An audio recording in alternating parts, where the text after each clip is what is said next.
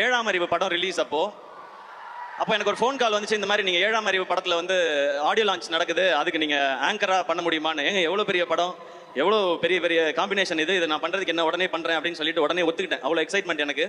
அப்புறம் 2 நாள்ல திரும்ப ஃபோன் வந்துச்சு. இல்லைங்க அது கரெக்டா வராதுன்னு நினைக்கிறேன், அது வந்து ஒரு ஹீரோ வச்சு போலான்னு முடிவு பண்ணிட்டாங்க, அதனால நீங்க அதுல ஆங்கரிங் பண்ண முடியாது, ஸ்கிரிப்ட் பண்றீங்களான்னு கேட்டாங்க. நான் சொன்னேன் எங்க இவ்வளவு பெரிய படத்துல ஏதாவது ஒரு பார்ட்டா இருந்தா கூட எனக்கு ஓகே தான், அதனால நான் வந்து பண்றேன்னு சொன்னேன். அந்த ஷோ வந்து ஜெய் அண்ணன் ஹோஸ்ட் பண்ணாங்க, எனக்கு அவரை ரொம்ப பிடிக்கும். அதனால நான் இந்த மாதிரி ஒரு ஈவெண்ட் ஸ்டேஜுக்கு பின்னாடி சைடில் நின்று ஜெய் அண்ணனுக்கு வந்து நெக்ஸ்ட் லிங்க் சொல்லிட்டே இருக்கணும். அந்த கேப்ல வந்து நான் பார்த்தா சூர்யா சார் உட்காந்துருக்காங்க, முருகதாஸ் சார் உட்காந்துருக்காங்க, பக்கத்தில் உதயநிதி ஸ்டாலின் சார் உட்காந்துருக்காரு, செம்ம க்ரௌடு எல்லாமே இருக்கு. அந்த கேப்ல தான் அது தெரிஞ்சுக்கிட்டே இருந்தது. அதுவே எனக்கு அவ்வளோ சந்தோஷம். அந்த ஆங்கரிங் சான்ஸ் நான் எதிர்பார்த்தது எதுக்கான, இன்னைக்கு ஒரு சான்ஸ் கிடைச்சதுன்னா நம்மளோட திறமையெல்லாம் ஏதாவது காமிச்சு முருகதாஸ் சார் படத்தில் ஏதாவது ஒரு ரோல் வாங்கிடலாமா அப்படின்னு ஆசையோட தான் வந்தேன். ஆனால் ஸ்டில் அந்த ஷோவை நான் என்ஜாய் பண்ணேன். அப்படியே ஒரு சில வருஷம் கழிச்சு இன்னொரு ஃபோன் கால் வந்தது. முருகதாஸ் சாரோட ஏஆர் முருகதாஸ் ப்ரொடக்ஷன்ஸ்ல ஒரு படம் பண்றாங்க, அவருடைய அசிஸ்டன்ட்டை வச்சு நீங்க ஹீரோவா நடிக்கணும்னு சொல்றாங்க. அடடே இதுக்கு தானே நம்ம ஆசைப்பட்டோம், நம்ம ரெடின்னு சொல்லி போனேன். அதுதான் அந்த மான்கராத்தே படம்.